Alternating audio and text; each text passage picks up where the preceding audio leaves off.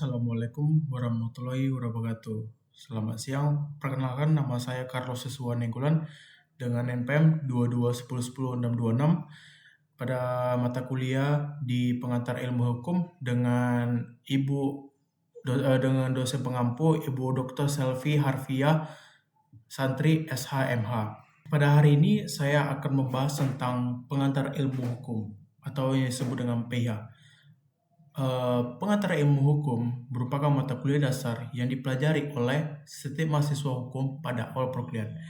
Mata kuliah ini memberikan pemahaman mengenai konsep-konsep dasar hukum sebelum mempelajari cabang-cabang hukum yang lebih khusus seperti hukum perdata, hukum pidana, hukum tata negara, hukum administrasi negara, hukum dagang atau yang disebut dengan hukum bisnis, maupun hukum internasional.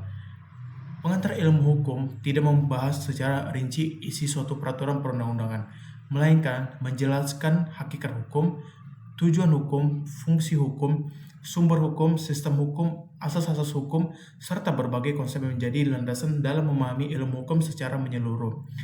Dengan mempelajari PIH, mahasiswa akan memiliki dasar pemikiran secara yuridis atau legal reasoning, mampu memahami hubungan antara hukum dengan kehidupan masyarakat, serta mampu menganalisis berbagai persoalan hukum berdasarkan prinsip-prinsip hukum yang berlaku di Indonesia. Yang pada saat ini saya akan membahas tentang pengertian pengantar ilmu hukum. Secara umum, pengantar ilmu hukum adalah ilmu hukum yang mempelajari dasar-dasar pengertian, konsep, teori, serta ruang lingkup hukum sebagaimana bekal awal untuk memahami hukum sebagai cabang ilmu hukum. Dan yang pertama, menurut secara ilmiah, menurut Alpeldorn, PH merupakan ilmu yang mempelajari pengertian-pengertian pokok mengenai hukum yang berlaku secara umum. Dan saya akan membahas tentang tujuan mempelajari pengantar ilmu hukum. Yang pertama adalah tujuan kita mempelajari pengantar ilmu hukum yang antara lain. Yang pertama adalah memberikan pemahaman dasar mengenai hukum, dan yang kedua adalah memahami konsep dan teori hukum. Ketiga adalah mempelajari fungsi hukum dalam kehidupan masyarakat, dan yang keempat mengenal sistem hukum di Indonesia, dan yang kelima memahami sumber-sumber hukum.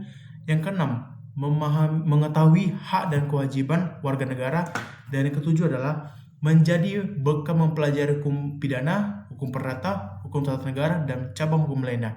Dan yang terakhir adalah melatih kemampuan berpikir secara logis, kritis, dan sistematis dalam menyelesaikan persoalan hukum. Dan adapun yang manfaat kita mempelajari ilmu hukum itu adalah yang pertama, memahami dasar-dasar hukum, dan yang kedua, memahami bekal dan mengikuti dasar kuliah hukum lainnya, dan yang ketiga adalah mampu berpikir secara yuridis. Unsur-unsur hukum di dalam suatu aturan itu dapat dikatakan sebagai hukum apabila memiliki unsur. Yang pertama, adanya aturan. Yang kedua, mengatur tingkah laku manusia. Yang ketiga, dibuat oleh pihak yang berwenang. Keempat, bersifat memaksa. Yang kelima, memiliki saksi. Dan yang keenam, bertujuan menciptakan ketertiban. Tujuan hukum menurut para ahli yang pertama itu adalah menurut Gustav Rapruch terdapat 3 tujuan hukum. Yang pertama adalah kepastian hukum, yang kedua keadilan, dan yang ketiga kemanfaatan. Dan menurut para ahli yang menurut Aristoteles, tujuan hukum adalah memberikan keadilan kepada setiap orang sesuai haknya. Dan yang terakhir adalah menurut Jeremy Bentham, tujuan hukum adalah memberikan manfaat sebesar-besarnya bagi masyarakat. Ada pula di dalam pengantar ilmu hukum memiliki fungsi hukum. Yang pertama adalah fungsi hukum itu meliputi menjaga ketertiban masyarakat. Yang kedua, memberikan perlindungan hukum. Yang ketiga, menyelesaikan sengketa. Dan yang keempat adalah mengendalikan perilaku masyarakat. Dan yang kelima, menciptakan keadilan. Serta yang terakhir adalah sebagai alat perubahan sosial, law as a tool of social engineering. Dan ada pula sumber-sumber hukum. Sumber-sumber hukum yang pertama adalah sumber hukum material. Faktor-faktor mempengaruhi isi hukum sumber material seperti agama, budaya, moral, ekonomi, politik, dan nilai-nilai masyarakat. Yang kedua adalah sumber-sumber hukum formil. Sumber-sumber hukum formil merupakan bentuk resmi hukum yang berlaku, yaitu undang-undang, kebiasaan atau adat, jurisprudensi, dan yang terakhir adalah doktrin. Sistem hukum di Indonesia adalah sistem Indonesia menganut sistem civil law yang berasal dari Eropa kontinental yang memiliki ciri-ciri mengutamakan peraturan tertulis, dan kedua, hakim menerapkan undang-undang, dan yang ketiga, kodifikasi hukum, yang keempat adalah kepastian hukum menjadi tujuan utama. Dan ada pun pembagian hukum berdasarkan isinya. Yang pertama adalah hukum publik dan hukum privat. Berdasarkan bentuknya, pengantar ilmu hukum itu dia memiliki hukum tertulis dan hukum tidak tertulis. Berdasarkan waktu berlakunya, pengantar ilmu hukum itu memiliki ius constitutum dan ius constituendum. Dan pengantar ilmu hukum itu berdasarkan memiliki sifat. Yang pertama adalah hukum memaksa dan hukum mengatur. Dan pengantar ilmu hukum itu memiliki asas-asas. Asas-asas hukum adalah prinsip atau dasar yang menjadi landasan perbentukan dan penerapan hukum. Berdasarkan asas penting dalam PH Indonesia, diantara lainnya adalah asas legalitas. Asas legalitas itu tidak ada perbuatan yang dapat dipidana tanpa adanya aturan hukum yang mengatur terlebih dahulu. Nullum crimen nullum poena sine lege. Contohnya itu seperti seseorang hanya dapat dipidana jika tindakannya telah diatur dalam undang-undang sebelum perbuatan itu dilakukan. Dan yang kedua adalah asas kepastian hukum. Setiap orang berhak memperoleh perlindungan hukum yang jelas sehingga terciptanya ketertiban. Dan yang ketiga adalah asas keadilan. Hukum harus memberikan perlakuan yang adil kepada setiap orang sesuai dengan hak dan kewajiban. Dan yang keempat adalah asas kemanfaatan. Hukum harus memberikan manfaat bagi masyarakat luas. Contohnya itu ada seperti peraturan lalu lintas dibuat untuk mengurangi kecelakaan.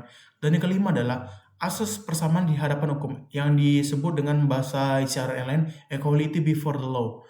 Setiap warga negara memiliki kedudukan yang sama di hadapan hukum tanpa membedakan jabatan, suku, agama, dan ras ataupun status sosial. Asas-asas di dalam equality before the law ini adalah yang memiliki dasar hukum di pasal 27 ayat 1 Undang-Undang Dasar Negara Republik Indonesia tahun 1945. Dan yang keenam adalah asas praduga tidak bersalah atau presumption of innocence. Seseorang yang dianggap tidak bersalah sampai ada putusan pengadilan yang berkekuatan hukum tetap. Dan yang ketujuh adalah asas etikat baik adalah good faith. Setiap orang harus bertindak jujur dan tidak merugikan pihak lain dalam hubungan hukum. Contohnya, di dalam perjanjian jual beli, penjual wajib memberikan informasi yang benar mengenai barang. Dan yang kedelapan adalah asas facta sunt servanda. Setiap perjanjian yang dibuat secara sah mengikat para pihak sebagai undang-undang, memiliki dasar hukum pasal 1338 ayat 1 di KUHP Perdata. Yang terakhir adalah asas lex superior derogat legi inferior. Peraturan yang lebih tinggi mengesampingkan peraturan yang lebih rendah apabila terjadi pertentangan. Contohnya adalah mengatur contoh pertama adalah peraturan daerah tidak boleh pertentangan dengan perundang-undangan. Dan PH itu memiliki hubungan dengan cabang ilmu hukum lain. PH itu menjadi dasar memahami berbagai cabang ilmu hukum seperti hukum perdata, hukum pidana, hukum tata negara, hukum administrasi negara, hukum acara perdata, hukum acara pidana, hukum dagang, hukum agraria, hukum ketenagakerjaan, hukum lingkungan, dan hukum internasional. Dan pengantar ilmu hukum pertama kali hadir di Indonesia pada tahun 13 Maret 1943 yang bertepatan di Universitas Gadjah Mada di Yogyakarta. Sekian dari presentasi saya, Bu. Jika ada kekurangan atau pengucapan kata-kata yang salah, mohon maaf dimaafkan. Assalamualaikum warahmatullahi wabarakatuh. Tamatnya sudah Alkisah tadi. Terima kasih dan jumpa lagi.